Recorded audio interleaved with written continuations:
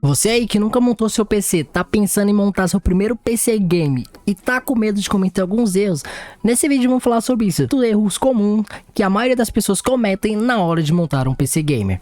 O primeiro deles é falta de um SSD. Bom, devido ao preço do SSD hoje, vamos considerar isso como um erro. Os preços dos SSD são extremamente baratos comparado a um tempos atrás. Você é obrigatório ter um SSD no seu computador, no mínimo.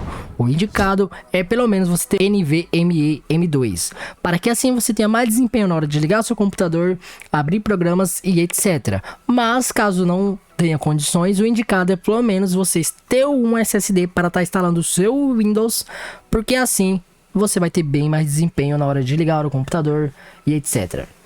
Um exemplo muito legal disso que a gente tem é referente ao GTA V, que é um jogo extremamente pesado, já é antigo pela sua data de lançamento, só que na hora que você abre o jogo, ele demora uma eternidade para poder carregar. Isso acontece devido às pessoas instalarem ele em um HD.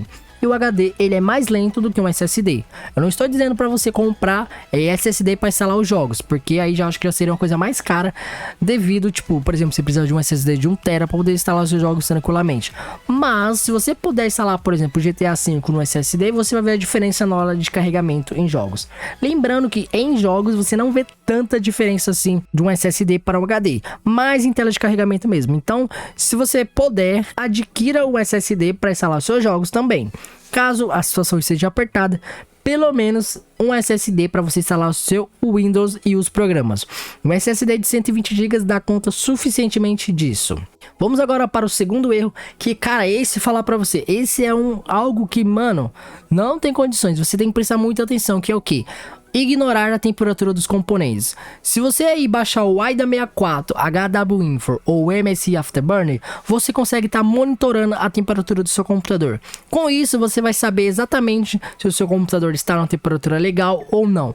Lembre do seguinte: computador é inimigo de calor. Quanto mais quente o seu computador estiver, menos desempenho você vai ter. Então fique atento aí referente a isso, a temperatura dos componentes, processador, placa-mãe, etc. Tudo isso você consegue ver com esses programas que eu citei para vocês.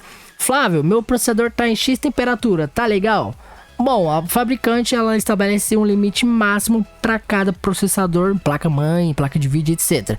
Então eu aconselho você dar uma pesquisada sobre o seu modelo específico, porque de repente você fala para mim, Flávio, meu processador tá batendo 70 graus aqui, isso é normal? Mano, 70 graus já é um grau alto, eu acho ideal até uns 65, por aí tá legalzinho. Só que tem muitos que batem 70 graus, que é o processador mesmo, que ele é um forno e não tem o que fazer. Então pesquise aí sobre a temperatura de cada item do seu computador para você dar uma averiguada sobre isso. A terceira coisa que, mano, muita gente comete isso, cara, é inacreditável, é o desequilíbrio de peças, que basicamente é o que? O gargalo vai ter seu computador. É você comprar, por exemplo, uma placa de vídeo muito forte para o seu processador. O que você está fazendo nesse caso? Você está rasgando o seu dinheiro. Por quê? Porque sua placa de vídeo, por mais que ela seja topzera e o seu processador seja ruim, você não vai conseguir usar o desempenho da sua placa de vídeo, porque o processador não vai deixar, ela vai estar indo para frente e o processador puxando ela, perde desempenho.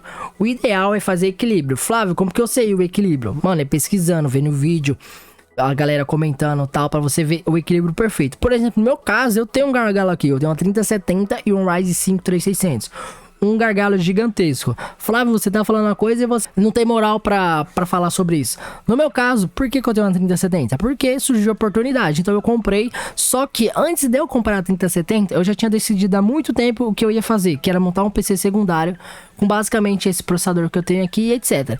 Então basicamente surgiu a oportunidade, eu comprei a 3070. Futuramente eu vou colocar um processador melhor aqui, porque já estava nos meus planos. Agora se você falar, Flávio, eu não tenho um plano de depois mexer no computador, então eu indicaria você montar seu PC de acordo com o que você tem, ou de repente de acordo com que você for comprando as peças. Por exemplo, primeiro que você comprou um processador, então basicamente tu vai lá dar uma pesquisada sobre as placas de vídeo indicadas para esse processador. Ah, comprei primeiro a placa de vídeo, então você vê os processadores indicados para essa placa de vídeo, para que assim não tenha o gargalo. Outro erro que as pessoas cometem muito é comprar a fonte vagabunda.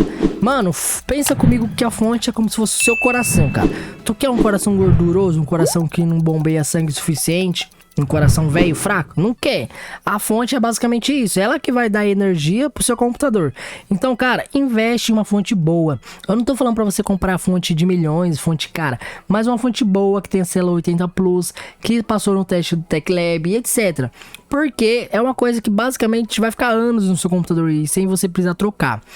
Compre sempre uma voltagem a mais. Um exemplo, o fabricante da sua placa de vídeo falou que uma fonte de 650 é recomendada. Compre uma de 750 então, mano, para ter uma sobra.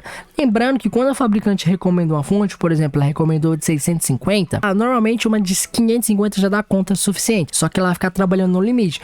Então eu aconselho você sempre pegar, tipo, a mais do que a fabricante recomenda, para você ter uma sobra. Assim a sua fonte, ela não vai ficar trabalhando sempre 100%. E com isso, o que vai acontecer? Ela não vai morrer mais cedo, porque ela não vai estar sempre ali, ó, se matando, suando. Não, ela vai estar de boa. Agora vamos para o próximo erro, que é o seguinte: a galera também comete muito, que é referente à pasta térmica. Tanto na hora de aplicar a pasta térmica, como também comprar a pasta térmica. Bom, basicamente eu não vou falar, você compra essa marca, essa outra marca. Você tem que comprar a pasta térmica boa, que é algo que você vai pôr no seu PC e vai ficar ali 1 ano, 2 anos, não sei em quanto tempo tu limpa seu PC. Lembrando que quando você for limpar seu PC, por exemplo, vai uma vez por ano, é legal você tirar a pasta térmica, tal, trocar. Só que acontece, tem gente que coloca a pasta térmica ainda, aquela pasta térmica ruim, aquela pasta térmica branca. Mano, esquece isso. E outra coisa, não adianta ser a pasta térmica cinza, bonitinha, tal, se não for a pasta térmica boa. Então dá uma pesquisada sobre pastas térmicas boas. Tem pasta térmica muito boa que não custa muito, por exemplo, a GD900 mesmo. É uma pasta térmica que no AliExpress você consegue por uns 15 reais um potinho com 30 gramas, que basicamente você vai usar a vida inteira. Outro erro que as pessoas cometem frente à pasta térmica é pegar a pasta térmica e aplicar sobre o processador em grande quantidade. Isso está totalmente errado. A pasta térmica você aplica apenas uma camada bem fina em cima do processador, porque assim ela vai dissipar o calor certinho para o seu cooler, seu AT cooler, etc. Se você botar uma camadona ali, vai virar tipo uma massa de cimento, não vai ter essa dissipação correta. Aí você vai falar que a pasta térmica depois é ruim. Então esses foram o erro na montagem de um computador, que basicamente muita gente comete, principalmente os iniciantes, né, que é escolher peças erradas, colocar muita pasta térmica. Não fazer a limpeza do computador também de tempos em tempos, por exemplo, uma vez por ano pra tá tirando toda a poeira. Aquecimento, cara, aquecimento é um inimigo do computador. Então, é isso. SSD entrou na lista aí do top 1 porque, cara, é obrigatório hoje em dia. Então, espero que você tenha gostado desse vídeo, que tenha esclarecido suas dúvidas, que você que é iniciante não comete mais esses erros. É isso aí, valeu, até a próxima.